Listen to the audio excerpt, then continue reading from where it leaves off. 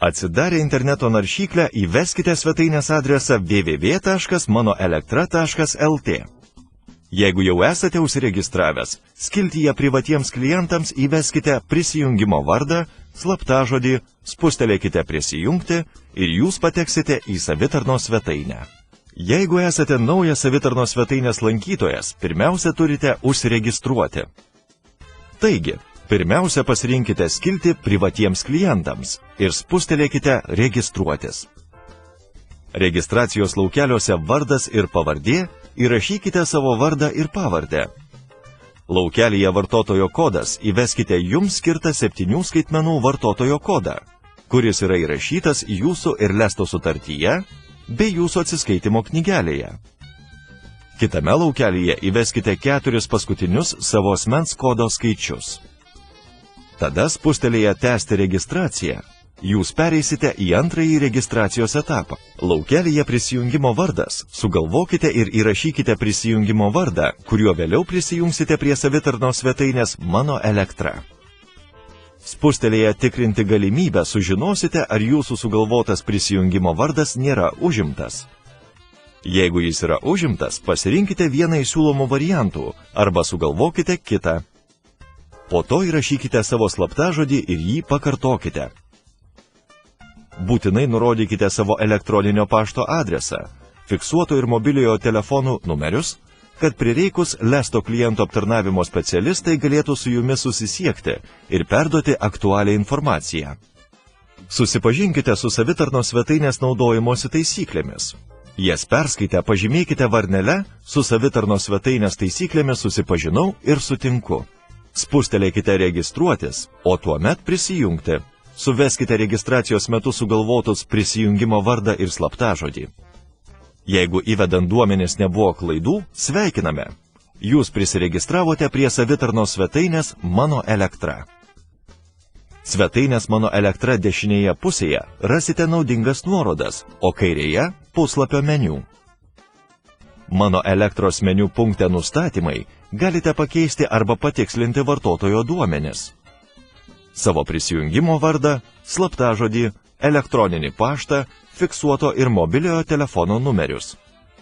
Atminkite, tikslūs duomenys yra labai svarbus, jei norite gauti jums aktualią informaciją. Nustatymų skiltyje Informavimas galite užsiprenumeruoti Lesto pranešimus. Informacija apie elektros energijos tarifų pokyčius, elektros energijos tiekimą ir kitą naudingą informaciją. Bei pranešimus apie laikiną elektros tiekimo sustabdymą jūsų būsto teritorijoje dėl planuojamų elektros tinklo remonto darbų.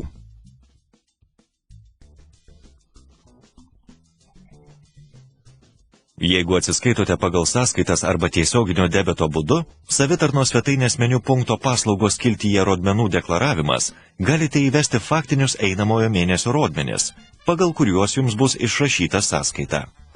Skiltyje tiesioginis debetas prisijungę prie savo internetinės bankininkystės svetainės galite sudaryti Lesto tiesioginio debeto sutartį. Jeigu šią sutartį jau sudarėte anksčiau, šiame skyriuje rasite ir tiesioginio debeto nustatymus. Daugiau informacijos apie šį mokėjimo būdą ieškokite Lesto tinklalapyje www.lesto.lt. Skiltyje Įvykių istorija matysite elektros apskaitos prietaiso skaitiklio įrengimo datą, skaitiklio patikrinimų datas ir jų metu užfiksuotus rodmenis, tarifo plano keitimo datas ir kitą naudingą informaciją. Jeigu jums priklausančiame objekte ilgiau kaip mėnesį nebus vartojama elektros energija, praneškite apie tai Lesto. Tai galite padaryti savitarnos svetainės Mano Elektra skiltyje Laikinas nevartojimas. Joje nurodykite datas, kada planuojate nevartoti elektros. Pažymėkite, jei norite, kad Lesto jūs informuotų apie nevartojamos elektros termino pabaigą. Skiltyje Tarifo plano keitimas jūs galite pasikeisti turimą mokėjimo planą į bet kurį kitą tuo metu galiojantį ir jums labiausiai tinkantį planą. Tarifo planą pakeisti galite vieną kartą per 12 mėnesių.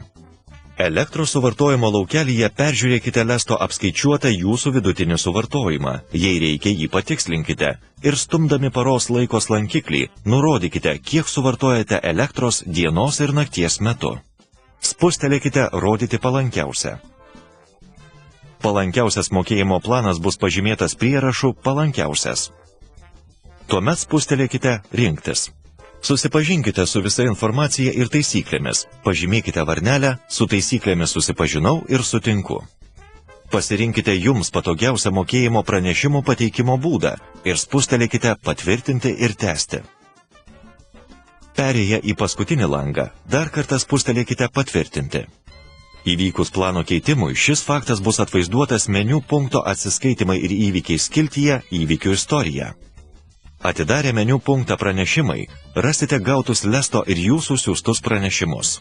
Čia galite parašyti savo klausimus arba perduoti aktualią informaciją bendrovės klientų aptarnavimo specialistams.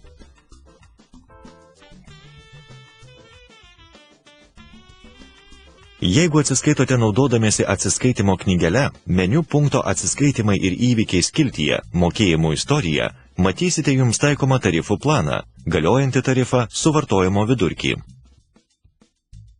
Skiltyje tiesioginis debetas prisijungę prie savo internetinės bankininkystės svetainės, galite sudaryti Lesto tiesioginio debeto sutartį. Jeigu šią sutartį jau sudarėte anksčiau, šiame skyriuje rasite ir tiesioginio debeto nustatymus. Daugiau informacijos apie šį mokėjimo būdą ieškokite Lesto tinklalapyje www.lesto.lt. Skiltyje įvykių istorija matysite elektros apskaitos prietaiso skaitiklio įrengimo datą, skaitiklio patikrinimų datas ir jų metu užfiksuotus rodmenis, tarifo plano keitimo datas ir kitą naudingą informaciją. Jeigu atsiskaitote naudodamiesi atsiskaitimo knygele, savitarnos svetainės meniu punkto paslaugos skiltyje atsiskaitimo knygelė, galite nemokamai užsisakyti naują atsiskaitimo knygelę. Jums tereiks įvesti adresą, kuriuo pageidaujate gauti knygelę ir nurodyti, ar norite gauti informaciją apie paslaugos įvykdymą.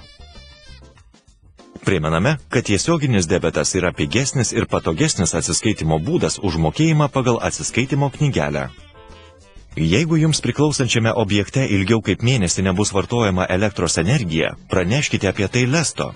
Tai galite padaryti savitarnos svetainės Mano elektra skiltyje laikinas nevartojimas. Joje nurodykite datas, kada planuojate nevartoti elektros. Pažymėkite, jei norite, kad Lesto jūs informuotų apie nevartojamos elektros termino pabaigą. Skiltyje tarifo plano keitimas, jūs galite pasikeisti turimą mokėjimo planą į bet kurį kitą tuo metu galiojantį ir jums labiausiai tinkantį planą. Tarifo planą pakeisti galite vieną kartą per 12 mėnesių.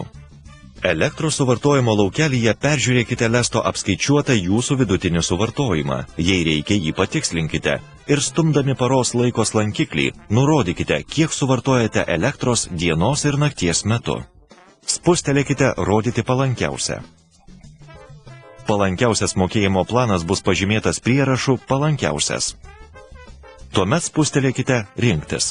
Susipažinkite su visa informacija ir taisyklėmis. Pažymėkite varnelę su taisyklėmis susipažinau ir sutinku. Pasirinkite jums patogiausią mokėjimo pranešimų pateikimo būdą ir spustelėkite patvirtinti ir tęsti. Perėję į paskutinį langą, dar kartą spustelėkite patvirtinti. Įvykus plano keitimui, šis faktas bus atvaizduotas meniu punkto atsiskaitimai ir įvykiai skiltyje įvykių istorija. Atidarę meniu punktą pranešimai, rasite gautus Lesto ir jūsų siųstus pranešimus. Čia galite parašyti savo klausimus arba perduoti aktualią informaciją bendrovės klientų aptarnavimo specialistams.